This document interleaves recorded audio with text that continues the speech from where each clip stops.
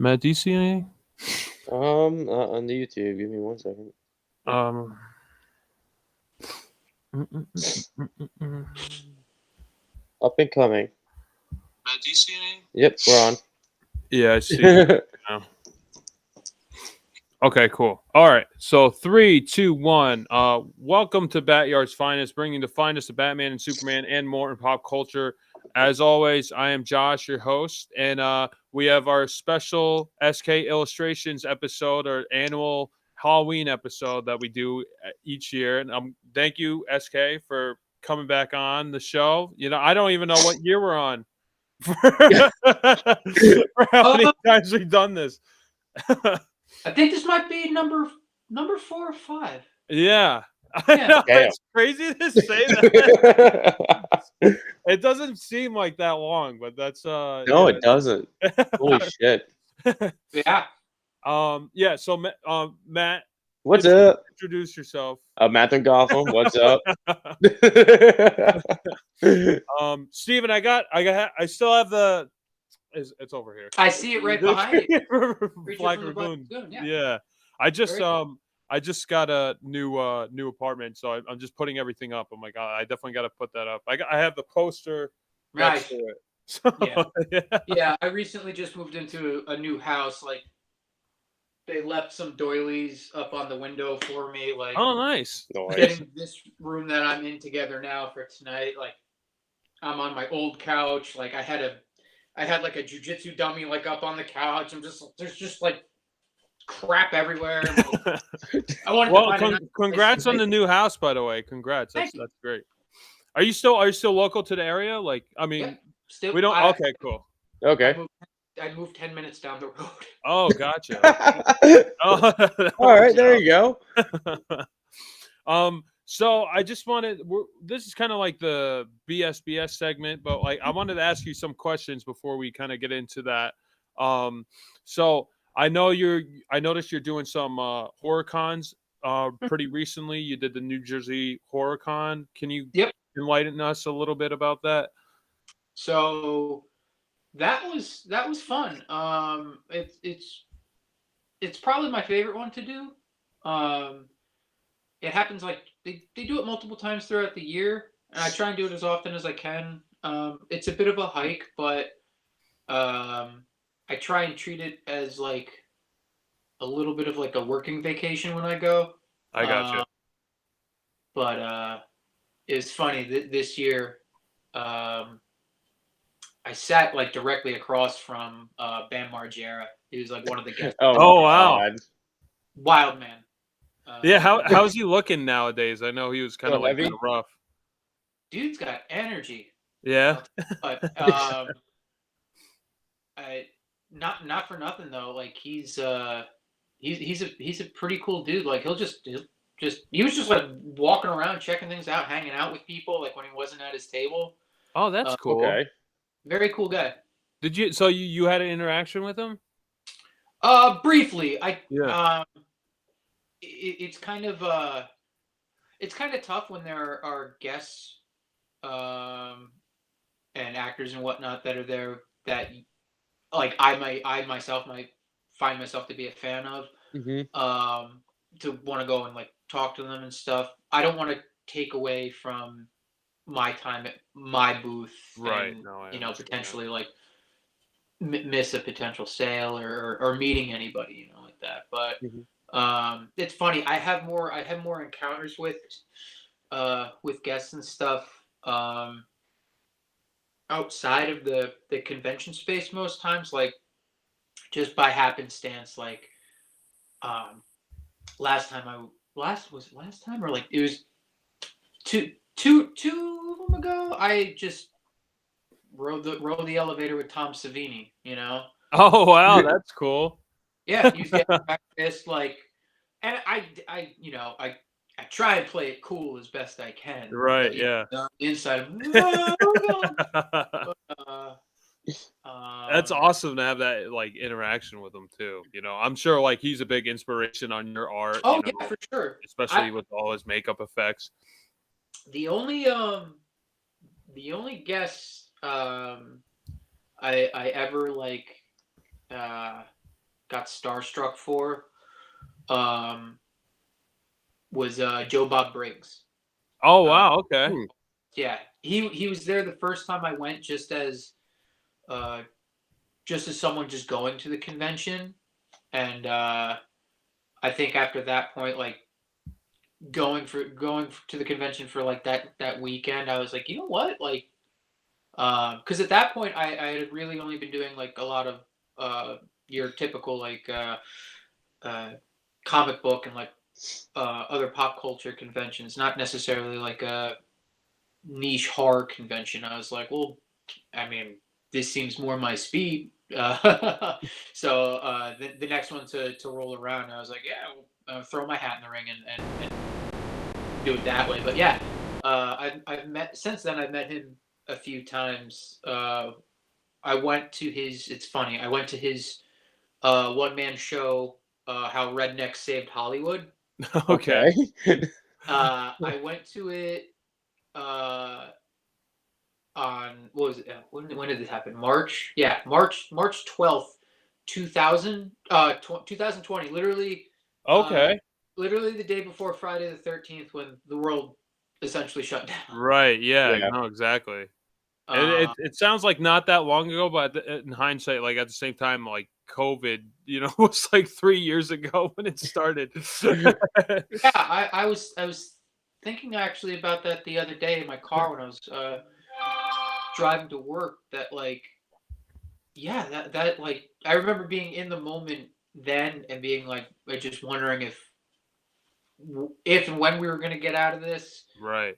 and when we would, like, how would things be different, and like how would I perceive things and stuff like that. And it's just weird thinking back on it. Like honestly, the past few years have just felt like not 2020, 2021, 2 and 3. It's felt like 2020 parts 1, 2, 3, and 4. Like it's Yeah. just, I would agree with that too. it's Yeah. like one long year that just won't stop. end.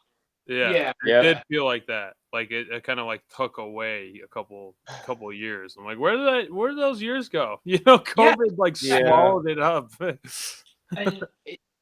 it's funny, like you're in the moment of, and I find myself thinking like this a lot, especially when like you're doing something you don't really want to be doing, that takes a lot of time. It's like, when is this going to be over? Next thing you know, it's like 3 days later and you're thinking back on it like, God, I didn't think that was going to ever end, and here we are doing something completely different. Yeah, no, exactly. No, I agree with you. That's just, yeah, no, like the whole thing is like, I feel like it's just gonna come back. Like everyone wants it, like feels like it's like everyone talks about it, like it's coming back, and I'm like, we just had a little break. This was a shitty season, and now we're getting back into it again. Yeah. Exactly. So, do you have any other cons coming up or any events that you're going to in the future? Not yet. I'll probably be back in New Jersey. There's a few in New Jersey I plan on doing 2024. I just don't know the dates yet. Gotcha. Are they in the same spot or different spots in like New Jersey? So the New Jersey HorrorCon, they bounce back and forth between the Showboat Hotel and Casino in Atlantic City, and then another location in Edison, New Jersey, I believe it is. And then they also do, technically they do it 4 times a year. The other 2 are in Pennsylvania, because it's right there. So Yeah, it's right across the bridge. yeah. Oh, that's cool. Yeah. So I wanted to ask you, I know you kind of mentioned it before. You say you do boxing and jiu-jitsu classes? Yeah. Like you coach? Is that I coach boxing. Okay. Okay. Once in a while, if one of our kickboxing coaches are MIA, I'll fill in there. Jiu-jitsu, I've just started to get back into, so it's fun to be a student again. Yeah. Okay. Yeah, I understand that. How long have you been doing kickboxing for, with the coaching with that?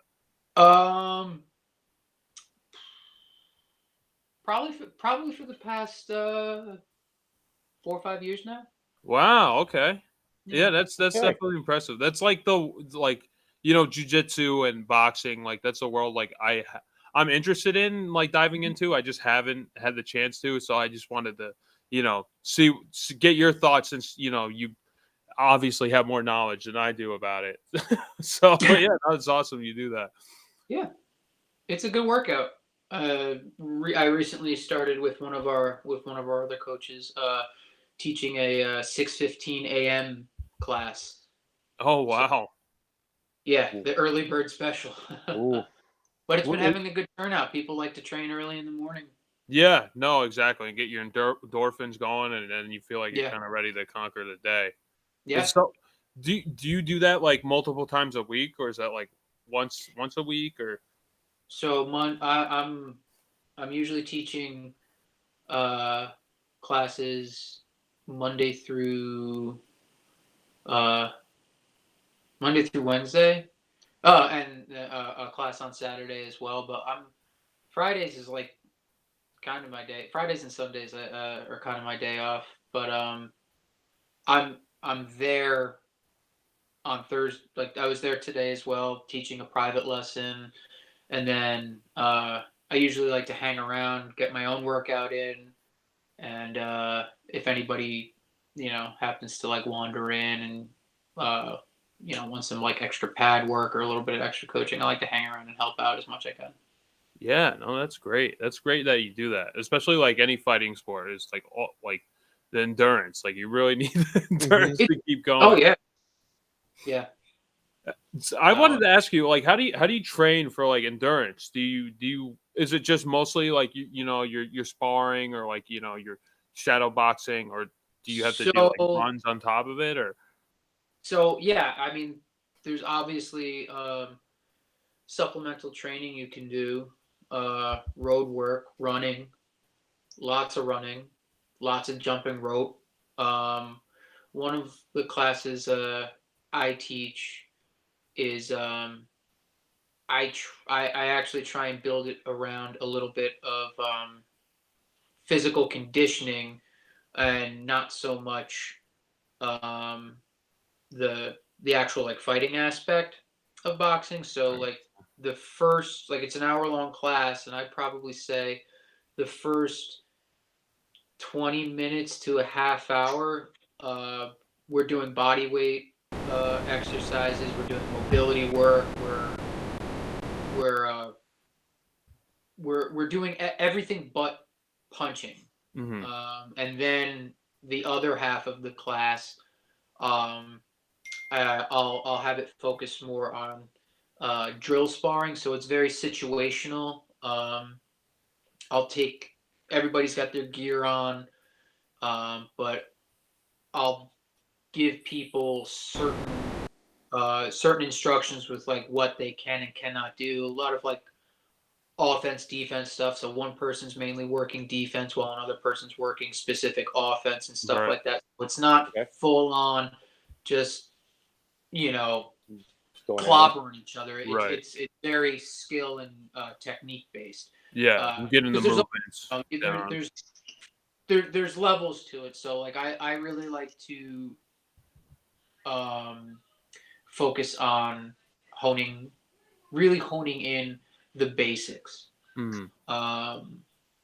And I have a lot of greener guys and gals with me, so I'm getting them ready for that next level up, where it is like it's sparring day.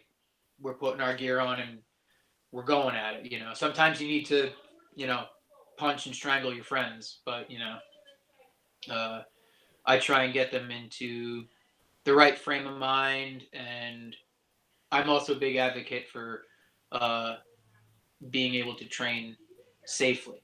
Mm-hmm. One of the reasons why I personally stopped sparring and focus mainly on just training and helping out was because day one of 2019 I suffered a detached retina in this eye. So I'm like 90% blind in this eye. Oh Oh gosh. shit. If I wanted to, I could wear just a monocle, but yeah, I only wear one contact lens. Yeah, so Okay. it's dangerous. It's you can get messed up just in training. And that happened during a training incident. Yep. Yeah. No. Someone just made a boxing. connection. and What's Just, up? so someone made like a connection to you and just Oh, just knocked it. I right hand right down the middle Oh, and just caught me in the eye. damn. So All right. I had to have like immediate surgery. Like I actually walked around with the retina detached for like a few days because at first like I just thought I got clocked really good. Mm-hmm. And I thought maybe I was just a little concussed because I was seeing like flashes of light and stuff like that, and just a massive Okay. headache. But then as like the week went on, I just see this dark spot like in the corner of my eye, and it just kept getting bigger and bigger. Oh, And I was just like, something ain't right. This pain isn't going away, and the doctor's like, your retina's detached. You need surgery ASAP. So like going down to Manhattan to like an eye specialist. By the time we get down there, like it's just like 50 to 60% black in my eye. Okay. I'm in the passenger seat. I can't see out of my left. The best part though was I was awake for my surgery, so I got to like, yeah. no. Um, No. They doped me up with all sorts of good stuff, so I was just like super calm. I had like a thing over my face, so I couldn't see, but like, yeah, I was awake. No. But honestly, the most annoying part of the recovery was the way they grafted the retina back to my eyeball itself was with like a silicone band around the front, and they inject Okay. the eye with nitrogen Okay. to really fuse it. So for the next several weeks, I couldn't take my head out of this position. Oof. Yeah, No, jeez. yeah. I had to lay down like that too. So like super uncomfortable, and over Did they put time, you like like a gear? like dissipate. Mm. So if I like rocked my head a little, I could see like this magic 8 ball like moving around of a Oh, bubble. God. Moving around. Yeah. Wow. So did they have? It's a wild couple weeks. Yeah, for sure. You're in like a headgear for that, like a brace setup, just in that Yep. position. Oh no! For the recovery, Yeah, no. for the. I had to use the only time I could lift my head up was when I had to take like 5 or 6 drops back to back to back, like every few hours. That was the only time I could pick my head up. I had to eat like that. Everything. Wait. Yeah. Yeah, that just feels awkward. That'd be really, really awkward. Yeah, and you get a stiff neck, just like I'm just thinking about like doing that for like an hour, The noise my neck made when I went back to the chiropractor, when I got like the okay to like have my neck and my head like whip around and stuff like that was wild. Hmm. Yeah. Yeah. Yeah, that definitely sounds like an ordeal for sure. So like how's the visibility in it now? Like shit. It's like 90%. It's like blur. So it's funny. Like sorry, I'm just plugging my iPad back in. Yeah, no, do what you gotta do. So I don't know why it's not charging now, but that's cool. My wife likes to sit on my left, and she'll say something to me or like make a face at me till I get a reaction, and I'll just be sitting there, and then she remembers like, oh, he can't see out of that eye. Oh wow. Oh God. Or like if people like come up from behind on my left, I'm like, what the? Yeah, I could see that being like a little nerve-wracking. Always be on your toes on your freaking left side. Oh no. Oh yeah. Yeah. Yeah, I'm sure that affects your sparring too. Like. Well, I stopped. Yeah. I stopped from there. I just focused on my own training, and then just I just started to help out. Like it was killing me not being able to train myself. So like I just started. I didn't want to stop. Okay. So I could take what happened to me and help prevent it happening to other people, and still giving back. Just coaching just accidentally fell into my lap. Yeah. Well, that's cool. Like you're still incorporating like your techniques in your teachings and everything. So like you're still continuing it on within a positive light, which is commendable. That's pretty cool. Yeah. So just one last question about this incident. What was it during a sparring incident, or was it like during training? Like when? Yeah, it happened. It was like New Year's. It was like New Year's Day, 2019. Yeah. We usually have like an open mat, where it's just like everybody just like there's no formal classes that day. Just everybody shows up. They do whatever they want to work on, be it boxing, kickboxing, jiu-jitsu, and not a lot of people came there that day, but like to work. So like I was just like to do other things. So it was mainly just like boxers and stuff like that. So like we were just boxing, and I don't remember like who it happened with or whatever. I just remember like leaving there that day and being like, I think I got cracked really good at some point, and just didn't really think anything of it because boxing, you get hit in the head, like it happens, it comes with the territory. Yeah, well, I'm glad you're progressing through, and you're still in that world, which is cool. Oh yeah. So I just had 2 other questions, and then we can move on. I know Matt has something he wants to talk about. So with your art, do you have like any like art projects or anything that you like to announce, or like that you're kind of showcasing in the near future? I try not to until I'm 90 to 100% done with it. Gotcha. I feel like if I say anything earlier, the plan will usually blow up in my face, and I never release it. Not that I never complete it, but like just something gets thrown into the gears, and no, that's understandable. Yeah.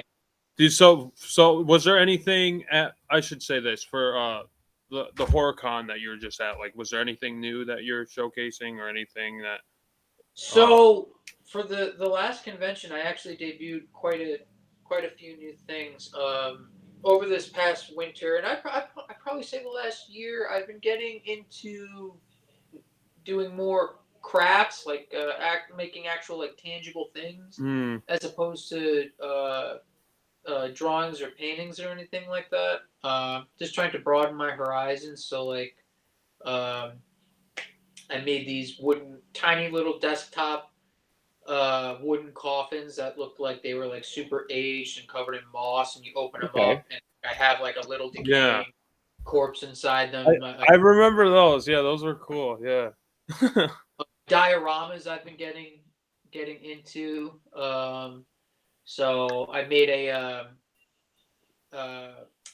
shame on me for not taking a picture, and somebody actually bought it too. It was a diorama, like a little 3D diorama of a scene from the NES Friday the 13th game. Oh, that's cool. Purple jumpsuit and everything. Yeah, a little bit of forced perspective in it and everything like that. Oh, that's great. So and recently my father actually just purchased a 3D printer. So I see myself going over to my parents' house quite a bit more now to print out things for. Oh, that's great. You're stealing his printer for like a good day or 2. Yeah.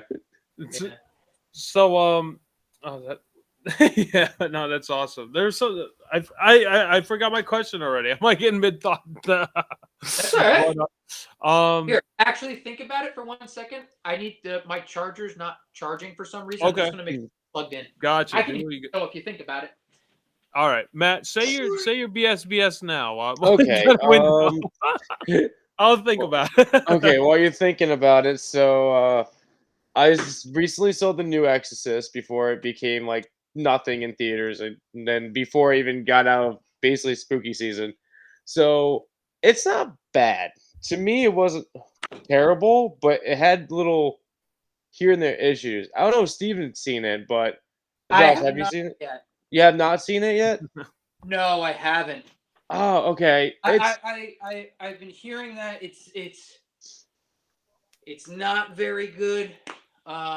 That's what I'm hearing too. like it's Yeah, a to me. shocker. I did see, not to change the subject, but like I did Mhm. see the new Pet Cemetery Bloodlines movie. Okay, Heard a bunch of people saying like, "Oh, it's not very good," and I'm like, that's the "Well, one on I'll Paramount, check right? it out." What's that? That's the one on Paramount, right? They released on Paramount. It was supposed I to think be so. a Yeah, I think that's where I okay. watched. Yeah. Um, it wasn't bad. It was just kind of uh boring. Hmm. Because Which I guess is like that's like really the ultimate sin you can have is if you make a boring Yeah, I sure. would agree with movie. that. I like the premise. I liked Mhm. all the ideas that they had with it.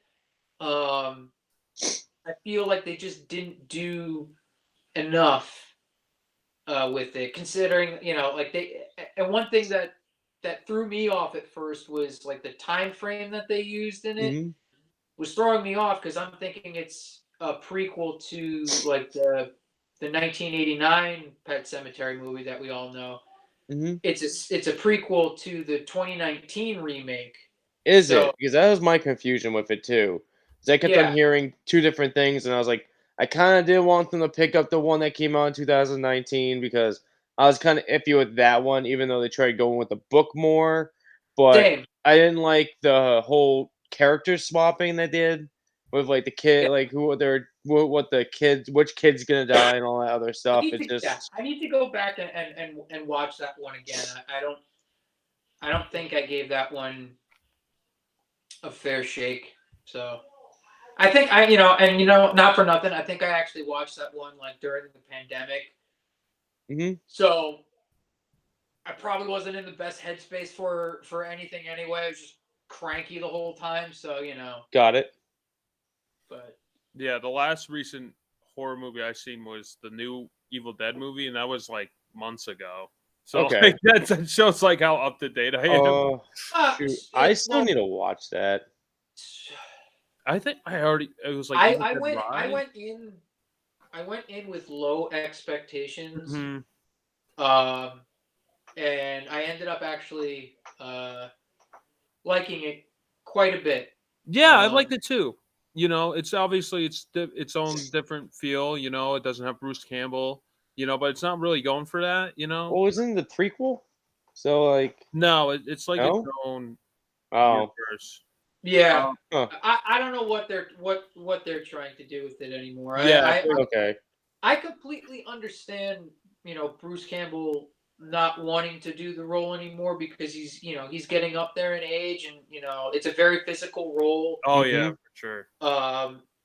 I really enjoyed the 3 seasons of Ash versus Evil Dead, Yeah, that was Same fun. here. That was great. and the way it ended was very similar to like the original ending of Army of Darkness, where he wakes Yeah. up in like the Yep. post-apocalyptic Yeah, I know. future. I know. Like people were kind of bummed that it ended that way, but I was like, it feels like natural. It feels like it should end here because that's kind of So par for course. I would have been in my brain, I would have been okay um with that post-apocalyptic future, but it following uh Kelly and Pablo. Yeah. Mm-hmm. I would have That's been. yeah. I That's what I was don't hoping know why. season 4 was gonna be if they didn't, end it. So Yeah, like at one point they would like somehow cross together at some point, but or just like or we get that whole story like whatever Pablo and Kelly does, it just fucks up this future for Ash Yeah, even then it more. kind of ends on that their yeah. story. Is it everything good on your end, Steven? So my phone's excuse me, my my iPad says it's charging, but I just got like a low battery warning. I got Oh, got it. I might just try real quick to switch to my phone if it's possible. I think that should work. Yeah. Um, Someone has done that before. It has worked in the past. Mhm. And luckily we're not doing the phone call, so like everything's kosher. Everything's good. Another movie I saw that wasn't that bad. I liked it more than The Exorcist. Actually, was The Nun too. Surprisingly, Oh, I haven't seen any it of those. wasn't terrible. It wasn't terrible. I liked it more than the first I one. need to see that. It's more. I'm not gonna lie. I wish more people died. That's my only problem. I wish more I hear people you. died in it. But there's a lot more scary moments to it, and more like, oh, what's gonna happen next? And I'm just like, all right, cool. The Exorcist to The Exorcist, it was just like, whatever. I know. So if you hated The Exorcist too, I know. But yeah, Exorcist, I kind of gave that like a good like 5 to 6 rating because it was just like the kid actresses like they did pretty good trying to be possessed, but it's just the movie went from like high quality to low quality in a couple of times, like in a weird way. Oh Lord, sorry, It's okay. sorry. That's okay. I think you're here.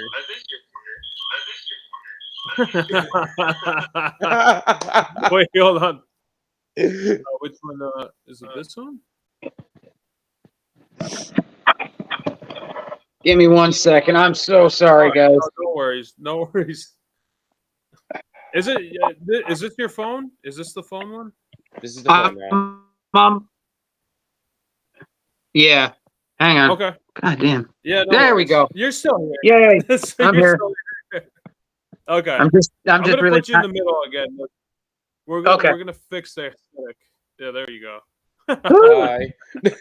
Bye, Matt. Oh, there he is. No worries. No worries. That I remembered my question now. Okay. Did you, man? So, for your Inktober, I noticed that you're doing like old NES like horror game art. Like, Yes. Can you elaborate a little bit like on like your thought process and how this project kind of came together? It came together because I needed a new idea for this year, and I was thinking of just horror related things, and why not video games? There you go. There's plenty of them out there. So and it was cool because like doing research on it, there were a bunch of like games that like I had never heard of before that I actually wanted to try and get my hands on, or at least like a ROM of it at some point and try playing it. Mm-hmm. But I think I got the idea actually when I was making the Friday the 13th diorama. Oh, cool. Okay. So like one idea just kind of like fed into the other, and one of the things that I did differently this year was I actually started doing all of my preliminary sketches for this year like months ago. Okay. So basically what I did this year was I think I started doing the sketches in July or August. Oh wow. Okay. Maybe yeah, into like late September. And I refined all the sketches, and then I had them printed out in like light blue ink on Bristol paper. That way I could just do like old school comic book inking on top of that. And then honestly throughout like the month of September, I spent every day inking it then. That way when October came along, does it suck the fun out of it a little? Yeah, but you know what? I got other shit I got to do. Yeah, especially if you're doing it like each day. Like if you're doing it you know, Yeah. it's October, and then like I feel like you almost have to rush to get There's something pressure and out. everything. And on you. yeah, it's a lot of pressure, Mhm. and I think when at least for me, when I put a lot of pressure like that on myself to get something done like that, it kills the fun aspect, and then I Right. just end up burning myself out. Yeah, Mhm. I totally understand that. That was like that's one of the reasons why like Inktober is always something I wanted to do. I was like interested in like doing, you know, anything. But Yeah, like, you know, it's just like you said, that pressure of like doing like you have to do a drawing that day and it has to be done that yeah, day. And I'm like, that's kind of what took me out of it. And I yeah, think if I was ever gonna pursue it, I'd probably do what you did and like yeah. plan ahead. Why not? You know, You know, I honestly like that idea better. Yeah, no. it It, it it, it, like, it kept it being fun for me. Mhm. Not saying I'm not saying I didn't like mess up and have to like redo anything along the way, because I did, but I think just the way that I did it this time, the stress levels were a lot lower. Honestly, the what what actually kept on making it difficult, because typically, like, you know, the most Inktober drawings are just black and white. It's just, you know, white paper, black ink. Um, I I like color. Mhm. Um, so in past Inktober's, I would usually maybe, depending on the subject and if it warranted it, I would try and incorporate at least like one color, be it like like red or something like that.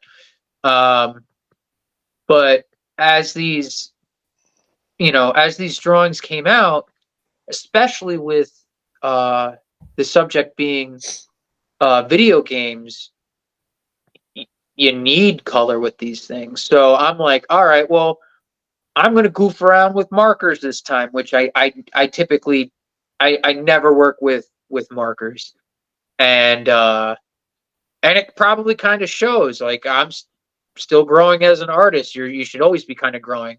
Um, but yeah, working with markers was a new challenge for me, especially Mhm. with the way um, the inks absorbed into the paper I was using. mhm. Like, it wasn't smooth. Like, you could poke it with the the the marker, and like you think you're making a tiny dot, then that ink just expands inside the paper. Mhm. Um, so it made things quite challenging, especially for like tiny areas and stuff like that. So Yeah. I kind of tried to keep the coloring to, you know, just simple bold colors. Like, there's not too much like, you know, shading or anything like that, like blending of colors and stuff like that. Which, I mean, you didn't really get too much in like older 8-bit video games anyway. Um, but yeah, just with the video games, you need color. Yeah, no, definitely. I totally understand that. And like, you know, everything pops and since you Yeah, got It stands the out. inspiration yeah, from the Jason game, you know, you have to have the purple jumpsuit, you know. yeah, yeah, yeah, yeah. And honestly, that was like, so the diorama gave me the idea of doing video games for Inktober, and that was like, I'm not gonna not do that one. That was that. I think that may have been like the first sketch that I actually did, and I actually the like I know I posted the one where it's like a POV shot, Mm. uh, and Jason's coming at you, but like I actually had a different version of the drawing that was more of like a side profile, uh, landscape oriented picture that's completely different. I might try and finish and put that one up just for fun, but like, yeah, everything changed about it once I started to like add color to it. Yeah. Okay. That's awesome. That's like a reason why I avoid markers in like my Yeah, they're they're tough, man, but it's a good challenge. Like, I, you know, and not for nothing, like, uh you go through them surprisingly quick. Mm. So now I have like all these markers now. So I'm like, well, you know what? In my off time now, I'll screw around with them and like hopefully get a little bit better with them and stuff like that. Yeah, it's a good challenge to have. Like, it's still like I said, like it's still a learning process for me. Like the Bristol paper that I got from my printer, probably wasn't the best printer, the best paper for inks, even though it's technically Bristol. But it was, it's a learning process. I think, and I think that's supposed to be the point of things like Inktober and things like that. Yeah, you're supposed to challenge yourself and get Yeah. it. And I like how you do it. Like you change it up each year, so it's like a different challenge each time. Yeah. It's not like you're doing the same kind of inks. Like, all right, pen and paper. Yeah. It's different, which is a good variety. And there are a lot of games out there that I didn't even really get to draw. So like I might do a continuation of it next year. Like I know this year I was doing very specifically horror themed games, but like next year I might do like kind of like science fiction games, which there are, obviously plenty of, Mm-hmm. Yeah, that's a cool idea. Yeah, and you could really run with that. So I think that's all my questions that I have. Matt, do you have anything you? Basically, he's said everything that I was going to ask him. So I do want to say, hear me out. It's Godzilla related. I'm the Godzilla guy here. I recently found out I believe it's for NES. There's a Godzilla game that somebody put out, and it's like the spooky pasta of Godzilla for some reason for the NES. And they went with their own little thing. They were going off like a movie, but they just went with their own little event too. So there's like a bunch of made up hellish creatures inside this game. Oh god. So it just like for some reason there's a fire demon creature they have in the game. There's like all kinds of stuff that they added to it. Like a lot of people are like, why did you do this? It doesn't make sense for Godzilla, but why not? It's something. Why not? Yeah, you gotta have the different monsters in there. Later on, they made a Godzilla Goes to Hell, so it makes sense now. Not for nothing, you could do a completely Godzilla themed Inktober. There's so many movies, there's so many creatures. Like you could just go with that if you wanted to. You definitely could do that. That's a neat idea. I like that. So I guess we're gonna move on to the main event, which is Plan 9 from Outer Space. And sure. Steven, do you want to take this away since this was your pick of the cinematic masterpiece that we're going to be talking about? Taking it over. So it's probably one of the most infamous bad movies out there. I don't consider it a bad movie. I think it's misunderstood. Ed Wood is a hometown native. He's a Poughkeepsie boy. Yeah. There have been attempts in the past to get a statue made of Ed Wood, but they've all fallen short for one reason or another. But I have heard that. Well, like I was doing research about Ed Wood. I think it was like for prior podcast we actually did Ed Wood last year for last Halloween, so it's funny that the Tim Burton film. Yeah. So it's funny that you picked Plan 9. I was mentioning it to Matt and Jerry on previous podcast. I'm like, do you know what Plan 9 is? Do you guys remember what it is? It's definitely like full circle. Yeah. So Plan 9 from Outer Space is probably Ed Wood's most famous film. Yeah. Next to maybe Bride of the Monster and being a close second. One of Ed Wood's. So first of all, if nobody knows, Ed Wood was a movie director, writer, producer, and actor in his own films. He was a jack of all trades, and he produced several films that worked off of less than a shoestring budget. He wrote scripts fast, and They wrote them faster. he wrote them faster and faster as time went on.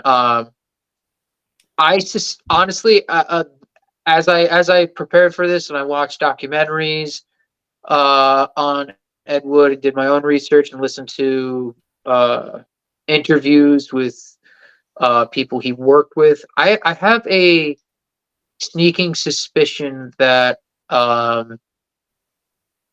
Ed Wood, like myself, maybe had a case of undiagnosed ADD or ADHD. Okay. With the way he wrote. He was a big picture kind of guy, so he would get an idea and he would just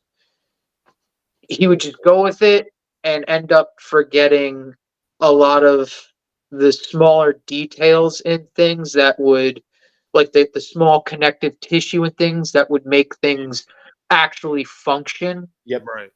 Better flow for sure. Yeah. A lot of non sequitur dialogue and stuff like that. It was all about the idea, but the execution around the idea would sometimes be a little faulty or not thought through as well. So you combine that with actors that don't have a very up and coming actors that don't have a very good pedigree, or you're just putting in people in you're putting your buddy in that has no actual formal training as an actor into a role, and then combined with not being able to raise proper funding for a film. That's a perfect storm of producing what you would call schlock. It's just not the best. But one thing you can't take away from any of his work is that all of his dialogue was very earnest, and he believed in it. I think he was actually quite ahead of his time with some of the subject matter he dealt with in his movies. But when you can't convey those ideas coherently, you just end up looking like a crazy person. So, and then unfortunately, dealing, you have that, and then you're dealing with alcoholism. It can all just spiral out of control pretty fast, because unfortunately Ed Wood's life didn't end as glorious as it probably should have. It actually ended quite tragically. But yeah, from what I know, he started to direct rated X films in the 70s, and then so at some point he was just, I can't even say to pay the bills, because it wasn't paying the bills. He was just writing pornographic stories, not even just directing the movies anymore, just short stories, and then he would get paid $1,000 for each one. And then he would literally just go to the liquor store to cash his check there and just drink himself to death. Wow. Unfortunately, yeah. It's sad what happened to him, but was he still in Los Angeles at that time? Yeah. The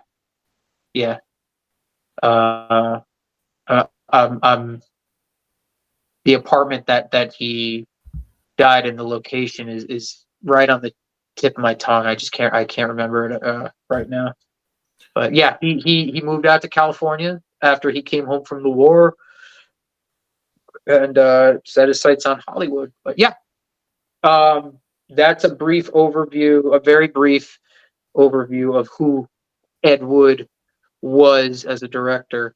But we watched Plan 9 from Outer Space. Now, Plan 9, like I said again, is probably his most famous film.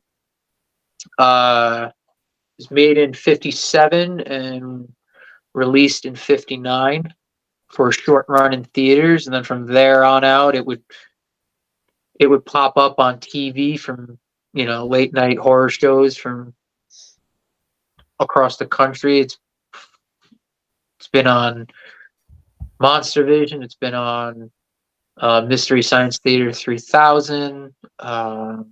It's a very famous bad movie that has had a lot of influence on other directors. Without Ed Wood and without Plan 9, you probably wouldn't have Tim Burton. You probably wouldn't have David Lynch. The music in I don't really have anything to verify this, but like watching the movie several times leading up to this, even the music in Plan 9 from Outer Space probably have had to have influenced Danny Elfman. It's Okay. I did notice that it did sound like it had those familiar tones. Yeah. And the music is actually good in the movie. Like if you put this in like a higher caliber film, like you could use this. Like the score is like actually really good. It's probably one of the best aspects of the film. Yeah. So funny thing about the music too. One of Ed Wood's talents was his use of stock footage. Yeah,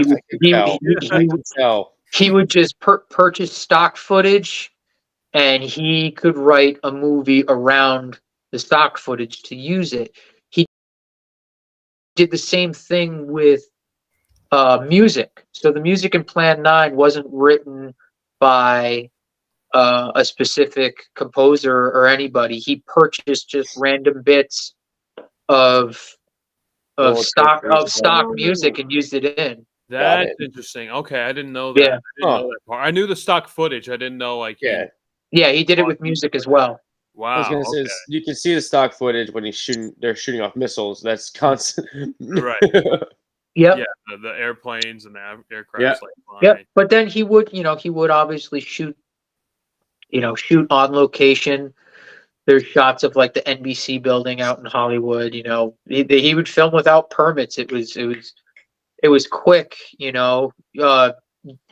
Again, without Ed Wood, you probably wouldn't have like John Waters. There's a lot of directors that come from low budget indie roots that were probably heavily influenced by Ed Wood.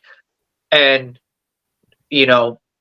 sometimes you can have a person that strives for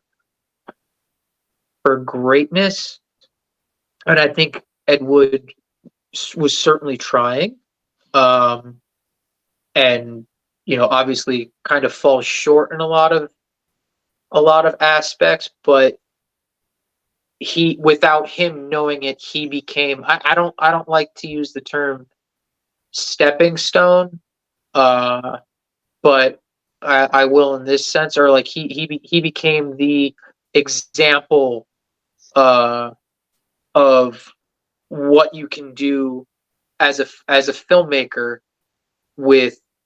without the backing of a big studio, with a couple friends, a camera, and a desire to make a movie. Because making a movie isn't hard. From what I understand, making a movie is pure hell. It's like it's borderline just like not fun. Like it's like why did I get into doing this? And so you had a vision and you want to see it through. But I think you to say about it. What's that? Josh, you got anything to say about it? No. No, I would agree. There's definitely it's ups and downs for sure. Yeah, the highs are high and the lows are low. Mm-hmm. But I think he became a shining example of what you can do if you have an idea, the drive, and the ingenuity. Like in Plan 9, like, when you're all the scenes when you're in the spaceship, all the stuff on the desk, there was like right up front on the desk is just like, you can't tell because it's in black and white, but it's just like an old adding machine with like a giant fishing lure glued on top of it. Like it's stuff like that. Like Galaxy of Terror, the 80s sci-fi horror movie, is one of James Cameron's earliest movies. He wasn't even directing yet. This was, I think, was before Piranha 2. He was just working on it, I believe, as a set designer. There's hallways with these square things on them, and all those square things are just styrofoam McDonald's containers painted gold. Like it's what I call like redneck ingenuity. Like it's just being able to take kind of garbage, and sometimes literal garbage, and figuring out a way how to use it and achieve your goal of getting something done. But yeah, I think it set up a lot of directors in the future for success by kind of, I don't want to say by seeing his mistakes, because they obviously made mistakes too, but but like I said before, it just goes to show his character of what you can do with an idea and drive, even without money. You know what I mean? Mm-hmm. Yeah. And like you said, he's like all about the big picture. Mhm. Like, it's hard to like separate, since I've seen Ed Wood, like the Tim Burton film, it's hard to separate that character and like the actual person in my brain, True. Yeah. Obviously, he didn't speak like that, he wasn't, No. he wasn't that chipper of a No. character. No. He apparently he was a very affable and friendly guy, but Okay. he did have his moments of like serious depression and things like that. But yeah, the Tim Burton movie is a great companion piece to watch. After or before, like, I guess it really doesn't matter, but like it does a good job of shining a light on positive aspects of not just like his life, but honestly, like in the aspects of making a film, like how they lit the scene with car lights. Yeah, the cars are effective in the shot because they're supposed to be there, but those headlights on the cars are lighting the shot because they don't have proper lights. But there's it does a good job of being positive, but it also does a good job of like there are moments where like a little bit of the gritty side of reality kind of creeps on in, with like when it deals with like Bela Lugosi's drug problem and stuff like that. It actually does it does a good job. That what I guess you could call it a good job. Yeah, they do a good job of not making that movie too dour, with touching upon his alcoholism or things like that. They definitely touched on it too. Like I'm glad they don't glance over that, and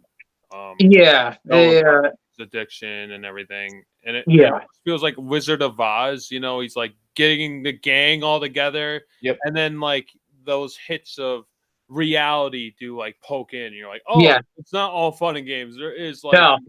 drug addiction and alcoholism. Yeah. They do.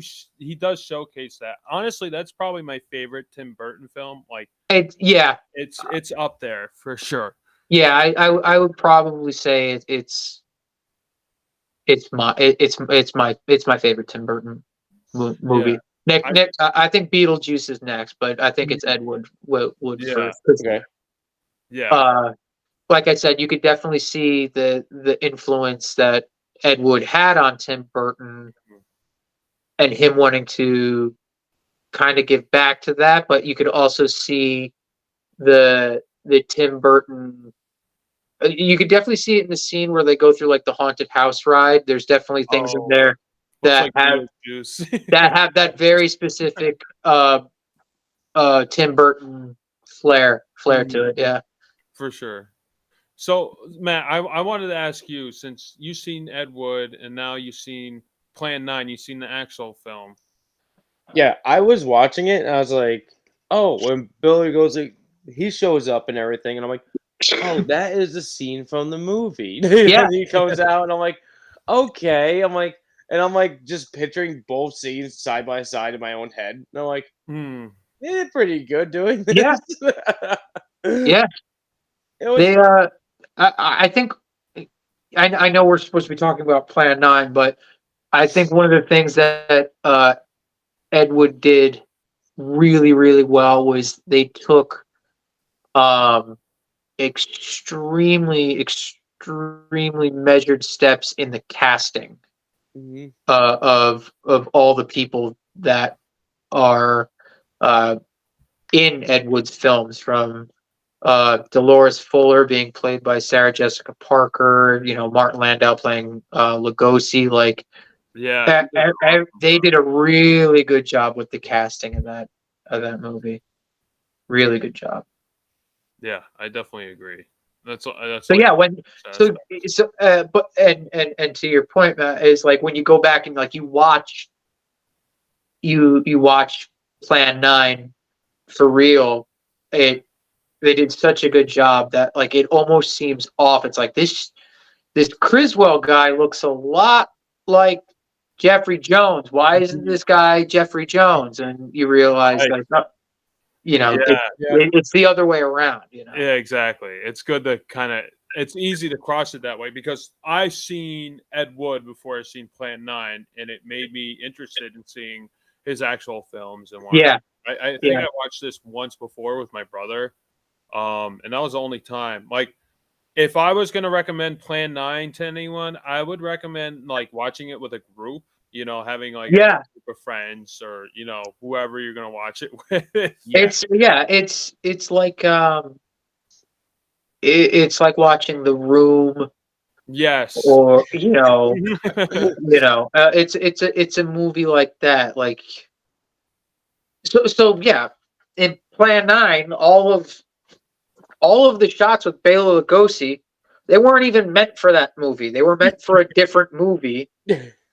And then they're like, we'll just use it for this movie. And then Bela Lugosi dies. Yeah. So now there's scenes where Ed Wood's dentist is playing Bela Lugosi. Yeah. And like, you can tell the difference because he's doing the cape. He does this the whole time. He has like black hair. Billy goes like is like a lot. He's taller. Yeah.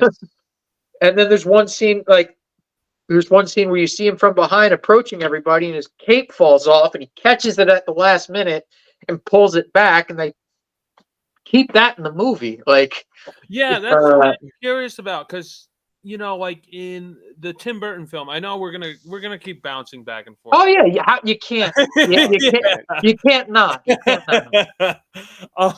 Like in the Tim Burton film, like he's always like, "That's it. That's perfect. One take, one." Yeah.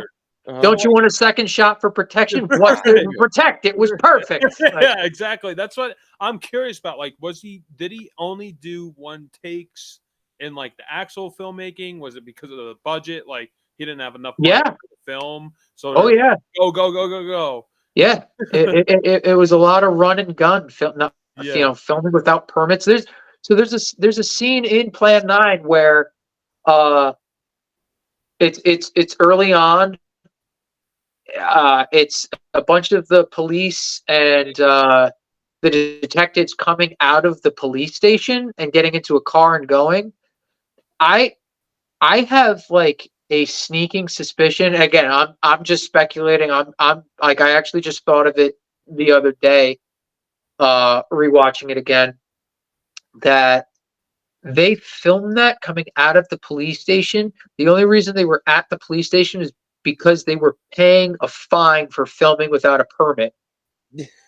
And they were just like, well, we're here. Might as well just. What are they going to do? Fine us again? Like, yeah, let's just film here real quick. That's You know? amazing.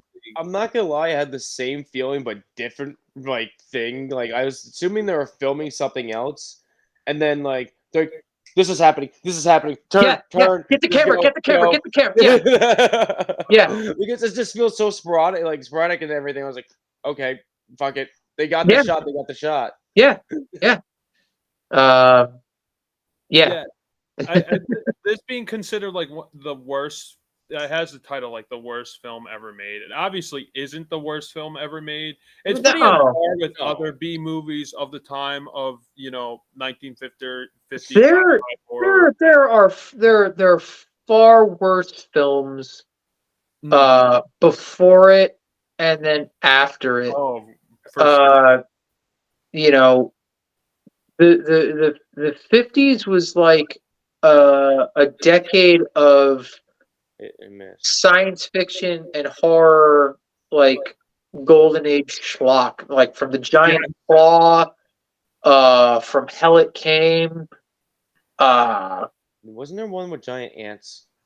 Yeah. Yes, that I believe it was that. Yeah, I think I did that. Yeah. I haven't seen that. My dad was watching it like a couple years back, and I said, "What is this?" He's like, it's something about giant ants that are attacking. Just watch it." I'm forgetting the name of it. It's a Cyclops movie. There were quite a few, but one of the scenes in it, the Cyclops is trying to grab someone in a cave and pull them out, and they couldn't achieve the effect with like what they were going for. So you see this hand come into the shot, and it closes its fist not around the person, like in front of them, and they couldn't pull it out. Obviously they couldn't actually grab the person and pull them out of the cave. So they literally they move the film frame out of the shot, so you actually like see like the holes in the film move out of frame. Like they just it was like it all of a sudden like the film stops for like a millisecond. It's just a still frame, and they literally just like yank the film out of the camera, and that's how they achieve the effect of like the hand moving them. It's so bad. They tried. Oh, they tried, yeah. Yeah, and but obviously, yeah, that's why I was asking about like I guess they didn't have the budget for all the film, so it does make sense. I'm like, they're walking around the set of the grave site and like knocking over the tombstones and everything. Like, the cardboard tombstones, the yeah, the cockpit of the plane. Oh yeah. Oh my god! Yeah, it looks like they're holding like pizza boxes. It doesn't even look like an actual like a steering wheel. No, it handles. It looks. The controls look like they were like 50% done, and they just stopped and they're like, "Nah, we're gonna use it anyway." I'm like, that's not how a plane is made. No. Yeah. But the thing is, I noticed with the stock footage, I think they used two different plane styles at least. They did. They did. You have the short plane, and then they have a bigger plane. But the bigger they totally did. Bomber. They totally did. Yeah, it's like it's not an actual commercial plane, the secondary plane. It's something else. And you're like, but it's like them piloting a commercial plane though. And it's just like, that was the other thing. I couldn't tell. I think they do say that there was like 35 other people like on the flight or something like that.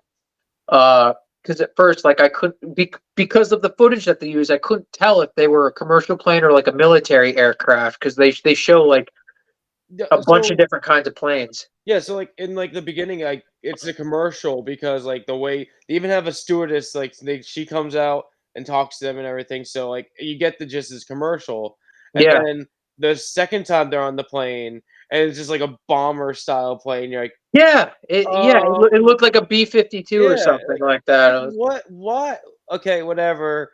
And then they have all those other jet fighter like planes just shooting Yep. off and just going around because there's like, okay, we're just gonna have a bunch of marauding video like shots. All right. Yeah. Yeah, God.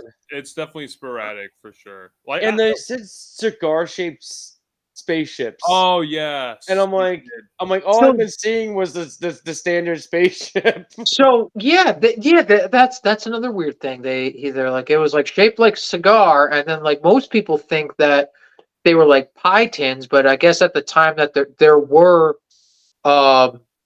UFO model kits at the time, and they just used those. They were disc shaped. I don't know. Yeah. Again, it's like the finer details of the script. It's and just doing like one take and not going back and doing a reshoot. It's like you get moments like that a lot.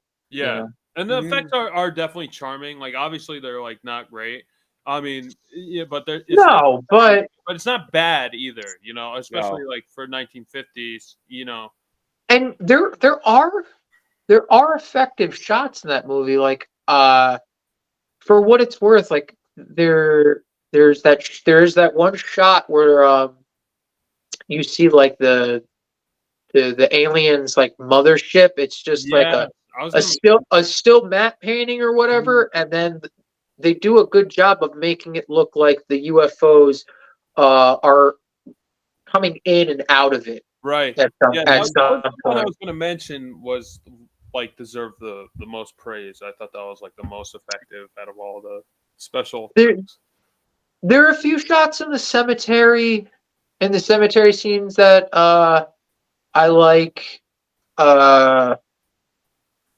with vampire and stuff like that. They do a good job there. Like it does have its moments when what's her name is nearly kidnapped and she's like running through the field, and that dude tries to like pick her up on the side of the road to help her. Like but then it like cuts back to like that studio footage of like the mausoleum and the cemetery and stuff like that. There's just weird contrasting, like, oh, they actually filmed this like outside in the relative darkness, and then we're back inside where like clearly it's not nighttime, but they're trying to make it look like nighttime, you know? Right.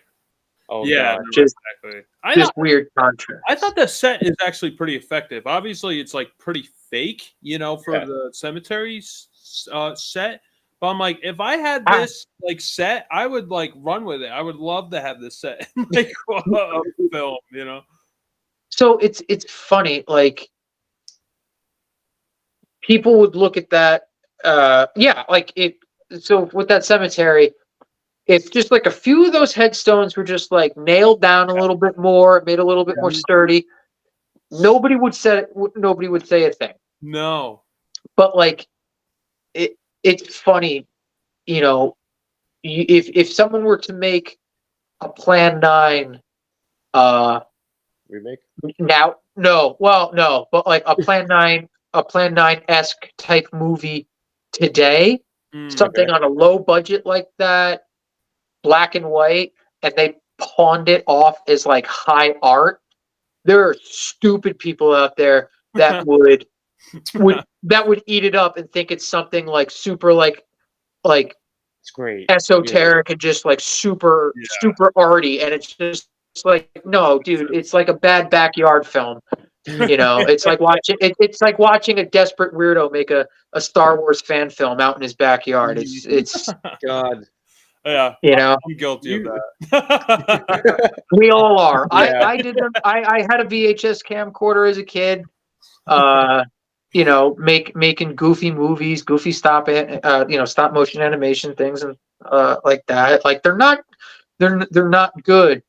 And but at no point did I try and like push that on other people and be like, no, this is you don't get it because it's art and you don't get it.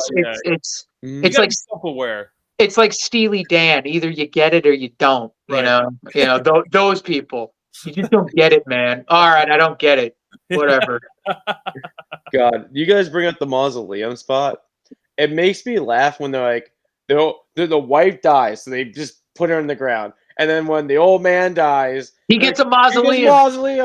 And you have the one guy explain it. You have the one guy explain it away to his wife. It's like, yeah, it's just some type of old superstition, I guess, where I'm not going to be buried next to my wife. They're going to put her in the ground and I get a concrete house. I've never heard of that before. Yeah, me either, but it's just what the fuck. And then but it's just funny how like the age difference between the wife and the older guy is just like because they had who they had. Yeah. Yeah, you would think she's like an old lady, especially how they're describing her in that narration with Bela Lugosi smelling the flower and everything. You know, it's obviously well, again, lady chasing you. Again, all of Bela's scenes were for a different movie. You know, and they're just like, well, how can we still use this? Yeah, we'll put it in this movie. I do also enjoy how Vampira doesn't speak a single word because she refused to read any of the dialogue because it was so bad. She's just like, I think I'm just going to play my character mute. Yeah. I mean, it makes sense. She's like... And it worked. And in that aspect, it worked. Yeah. Going back to that Galaxy of Terror movie I mentioned before, Sid Haig does something very similar. He was just like, he went to... was it Roger Corman? Yeah, he goes to Roger Corman. He's just like, I'm not saying any of these lines. I think he says like 5 words the entire movie. He's like, I'm going to play my character mute because these lines are just garbage. and he played it mute, you know? Yeah. I got to say, like, I mean, the dialogue is pretty bad, but there were some like good lines in it. I'm like, you know what? That's actually a good line. Like, when one of the characters, they're talking about like, the cop, and he's seeing spirits, and they're like, the only spirits he's seeing is like the ones that are on his breath. And I was like, you know, that's a decent line. You know, I could actually see that working. Yeah. You know, and like I said, like his writing was very heartfelt and very earnest. It just needed like a second draft. Yeah. You know, I like all the points. I like the premise of the film. These aliens coming to Earth to try and prevent us Earthlings from destroying ourselves with nuclear weapons. But there's just they can't prevent it because we're too stubborn. And oddly enough, look where we are today. You know, like it's. Ed Wood was ahead of his time with the topics for his films. You know, he just needed a second draft. That's all he needed. He needed it proofread and given to a copy editor and maybe go through that script 1 or 2 more times and really get it down right. Really get it down right, because his ideas were great, you know. Yeah, it would be interesting to see like an alternate universe where like he had the time to, you know, to do that and like actually like do more than one take, you know, like how his films would come out. Because they would probably be pretty decent, you know. Yeah. From like what the tools like the fly seat of his pants kind of thing, I think like it's as well executed as it could have been, you know. I mean, the narration is obviously like filling in the fluidity and the plot errors, you know, like especially going back to that one scene with Bela Lugosi smelling the flower, and then he abruptly just dies, you know, in the narration. He just gets dies hit by a car, and like, you know, obviously it would be nice to see that. Like, I'm like, okay, obviously they didn't have Bela Lugosi, but they could have used like a dummy and just like throw it in front of a car. Something. Yeah. They obviously had two dummies because like there's two of them laying down in the grave in like at the two grave diggers. Yeah. yeah.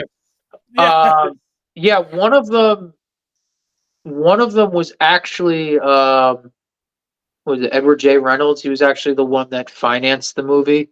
Oh, okay. He had bought the rights to Plan 9 for like $1 from Ed Wood, so they could finance it that way, and he was able to be in the movie. Wow. Damn. Yeah, what was he? Did he make any money off this? Ed Wood? I don't think if he did it wasn't a lot because at like its first run in theaters was for a very short while. Okay. My notes say it had a budget of like $65,000, which I mean is a decent budget for especially that day, you know. Yeah. But yeah, that was one of his faults, was just his inability to raise funds for it. Considering he was such a good salesman in terms of pitching his ideas to producers of studios and things like that they would agree to it. But you produce the more you produce, like a stinker after a stinker, the harder it is to come by proper funding. I get you on that. Yeah. But yeah, because it's funny. I have notes with things specifically highlighted, but I highlighted them in yellow, and I can't see my highlighter marks in this lighting. Oh no! And the actual proper lighting for this room is like disgusting fluorescent, and I'm not turning that on. But the Edward J. Reynolds, they worked through a church group. It was religiously funded, right. And I believe they changed the name because they didn't want to offend anybody, because the original name was Grave Robbers from Outer Space, which is arguably a cooler name if they had stuck with it. Plan 9. Plan 9 from Outer Space is a cool sounding title for a film, and I think it rings as famous as a famous movie now because obviously it's been out for decades and we know of it now, so it's just kind of stuck in people's brains. But Grave Robbers from Outer Space, I think that would have put a bit more butts in seats. I think so too. Gives during that time. Yeah. Well, they mentioned it in the beginning of the movie. The narration, like in the beginning. Yeah. Well, again, they changed it. They changed the name to Plan 9 from Outer Space. Right. After the fact, because they do mention, the aliens do mention Plan 9 at some point in the movie. Plan 9 is to raise the dead, which is a convoluted way. Like, hey, we want these people of this planet to stop making weapons of mass destruction that could potentially destroy the universe. Well, how are we going to do that? I don't know. Let's bring back all their dead people to kill them. But we want to do it peacefully. Like, we want peaceful communications. Okay. I don't know how resurrecting the dead and having them murder people is going to bring about peaceful communications. It's not. No, exactly. You're not going to have any relations at that point. Because never in the history of storytelling does bringing back the dead in any capacity end positively. The dead need to stay dead. You bring the dead back, bad things happen. Yeah, it makes you think like what their other plans were. Like, what were the other 8? Like, what were the other failed attempts until they? Yeah, what was plan 1 through 8?